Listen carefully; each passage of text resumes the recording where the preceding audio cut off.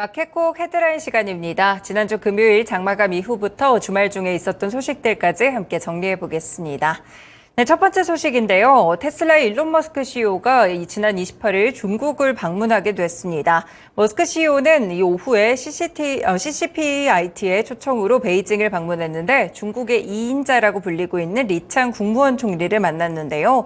리 총리는 상하이 기가팩토리가 문을 열었던 2019년 당시 상하이 당서기로 머스크 CEO와 함께 인연을 맺은 바가 있었습니다. 앞서서 로이터 통신은 머스크 CEO가 완전 자율주행 소프트웨어의 중국 국내 출시를 논의하기 위해서 베이징에서 중국 고위 당국자들을 만나려 하고 있다라고 전했는데요. 그리고 테슬라의 자율주행 기술에 필요한 알고리즘 훈련을 위해 중국에서 수입한 데이터를 해외로 이전하는 데에 대한 승인을 획득하려는 것이다라고 보도에서는 함께 덧붙이기도 했습니다. 테슬라는 2021년 이래 이 중국 규정에 따라 수집한 모든 데이터를 중국 현지에 저장했고 어떤 것도 미국으로 전송하지 않았는데요. 그리고 이 완전 자율주행 소프트웨어를 4년 전에 출시를 했지만 중국에서는 아직까지 내놓지 않았습니다. 그리고 이에 대한 후속 보도로 인해서 미국 전기차 테슬라가 또 중국에서 데이터 안전 요건 검사를 1차적으로 통과했다는 소식도 전해지고 있는데요. 일단 통과한 76개 항목 가운데 테슬라가 출시한 모델 3와 모델 Y가 함께 포함이 됐습니다. 이번 평가는 차량 외부의 안면 정보 등 인명화 처리나 운전석 데이터 미수집, 운전석 데이터 차량 내 처리, 개인정보 처리 고지 등의 항목으로 이뤄졌다는 점 확인해 보실 수 있겠고요. 이렇게 자율주행과 관련돼서 중국에서에도 출시 소식이 나올 수 있기 때문에 관련된 자율주행 종목들까지 연결해 보시면 좋을 것 같습니다.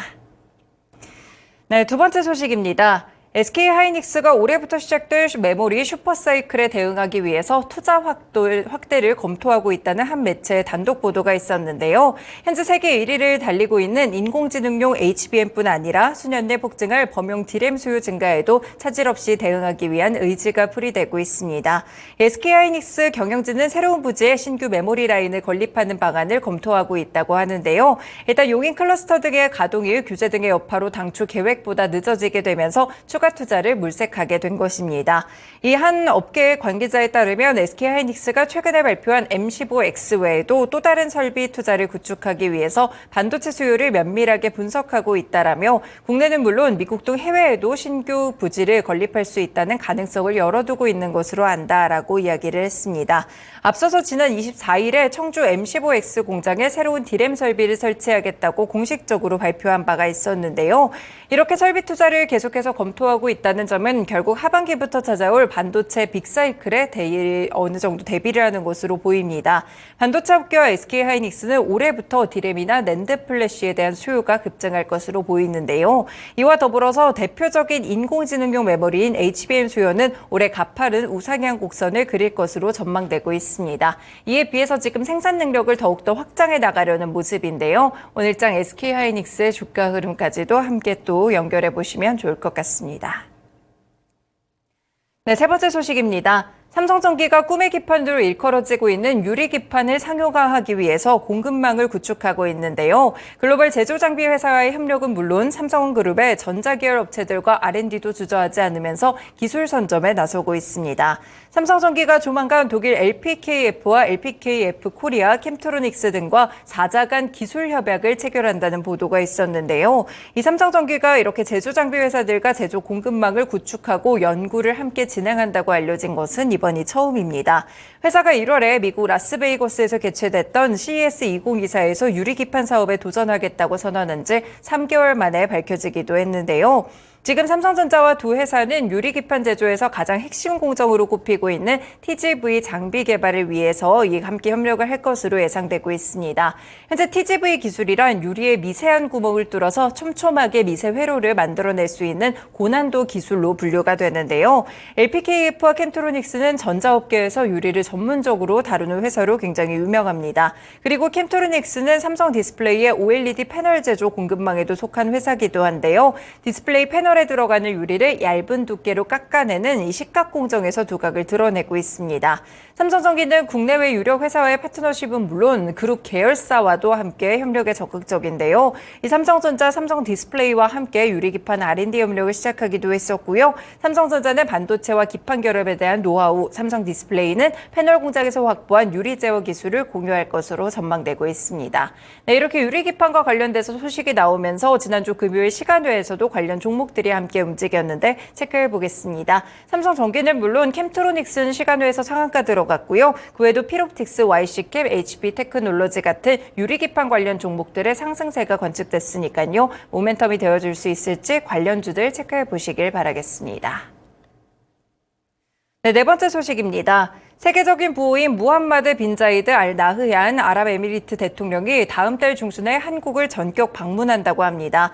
지난해 약속했던 41조 원 정도를 어떤 국내 기업들에게 투자할지 상당 부분 공개될 것으로 보여서 재계의 관심이 집중될 전망인데요. 한국과 아랍에미리트 간 전략적인 협력 관계인 원자력 발전 그리고 방위 산업에서 대규모 협력 프로젝트들도 구체화될 것으로 알려지고 있습니다. 이 대통령은 다음 달 중순에 한국을 찾아서 에너지, K컬처, 방산, 플랫폼까지 다양한 분야에서 양국 간 협력 방안을 논의한다고 하는데요. 현재 블룸버그에 따르면 아부다비의 이 국왕인 무함마드 대통령 일가의 재산은 지난해 11월 말 기준으로 봤을 때 3,050억 달러, 하나로 계산하면 420조 원에 달한다고 합니다. 이 무함마드 대통령은 지난해 1월에 윤석열 대통령이 아랍에미리트를 국빈 방문해 정상회담을 할 때 국부펀드를 통해 국내에 300억 달러를 투자할 것을 약속하기도 했는데요. 이후에 산업은행은 아랍에미리트 국부펀드 무바달라와 공동투자 협력을 위한 전략적인 투자 파트너십을 위한 MOU를 체결하기도 했습니다. 일단 무바달라는 380조 원의 자금을 운용해서 전 세계 국부펀드 가운데 13위를 기록하고 있는데요. 운영 규모 자체는 아부다비 투자청에 비해서는 작지만 왕실이 직접 관여를 하고 있는 만큼 실제로 위상은 조금 더 높다는 평가입니다. 지금 가장 기대가 되는 부분이 원전과 방산 분야에 대한 협력 사업인데요. 지금 북한과 협력해 탄도미사일을 개발하는 고도화하는 이란을 견제하려고 아랍에미리트는 한국산 무기의 추가 도입에 나설 수도 있습니다. 그렇기 때문에 방산 분야와 더불어서 또 원전 쪽에서도 한국전력이 참여한 바라카 원전 4호기가 올해 이 상업 가동을 시작할 예정이기 때문에 추가적인 협력이 예상된다는 점 방산과 원전 관련 종목들로 확인해 볼 수 있겠습니다. 네, 다섯 번째 소식입니다. 지금 신세계그룹이 계열사 SSG닷컴에 투자한 사모펀드와 1조 원대 투자금을 놓고 분쟁을 겪을 가능성이 제기되고 있는데요. 지속적으로 쓱닷컴이 적자를 이어가게 되고 IPO가 지연되는 가운데 사모펀드 측에서 투자금을 조기에 회수하려고 압박에 나서고 있습니다. 유통업계에 따르면 이마트와 신세계는 쓱닷컴의 재무적 투자자인 어피너티 에쿼스, 에쿼티 파트너스, BRV 캐피탈과 함께 다음 달 1일에 풋옵션 행사 여부를 놓고 막바지 협상을 벌이고 있다고 하는데요. 이 두 사모펀드는 지난 2018년 10월 신세계그룹과 투자 약정을 맺었고 2019년, 2022년 꾸준하게 투자를 해오면서 쓱닷컴의 지분을 15%씩 확보를 했습니다.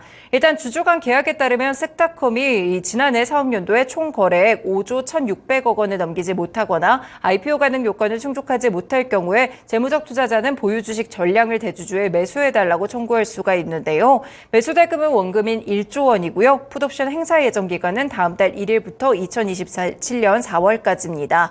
현재는 신세계 측은 이 쓱닷컴이 총 거래액 주권을 충족했기 때문에 재무적 투자자가 풋옵션을 행사할 수 없다는 입장을 보이고 있는데요. 하지만 재무적 투자자 입장에서는 쓱닷컴 총 거래액이 상품권 거래액 등을 포함해서 과다 계상됐다고 주장을 하고 있습니다. 그렇기 때문에 양측 입장이 현재 엇갈려서 법적 분쟁에 휘말릴 가능성이 전망되고 있다는 점, 오늘장 신세계 주가에도 충격을 주게 될지 이 부분도 체크해 두시면 될 것 같습니다. 네, 마지막 소식입니다. 보로노이가 미국 바이오 기업 메티스 테라퓨틱스에 기술 이전했던 먹는 형태의 인산화 효소 저해 물질을 반환받았다고 공시했습니다. 일단은 개발을 이전에 진행을 했지만 경영 환경과 개발 전력이 변경되면서 물질 독점에 대한 심사권을 반환했다고 하는데요. 계약 선급금은 반환하지 않는다고 하고요. 일단은 원래 최대 4억 8,220만 달러 규모의 마일스톤을 이 계약을 체결한 바가 있습니다. 하지만 최근에 미국 바이오 업계의 트렌드가 3년에서 5년 내 상업화 가능성이 낮은 물질에 대해서는 좀 정리하는 그런 트렌드가 좀 나타나고 있기 때문에 이런 반환이 좀 나타났다고 하고요. 보로노이는 메티스의 개발 데이터를 검토해서 해당 물질의 개발 여부도 결정하게 될 방침입니다. 네, 일단은 지난주 금요일 이런 소식 전해지게 되면서 보로노이 시간외에서 하한가를 기록했다는 점 확인해 볼 수 있겠습니다. 네, 이렇게 개장 전에 중요한 소식들 6가지 함께 정리해드렸습니다. 지금까지 마켓콕 헤드라인이었습니다.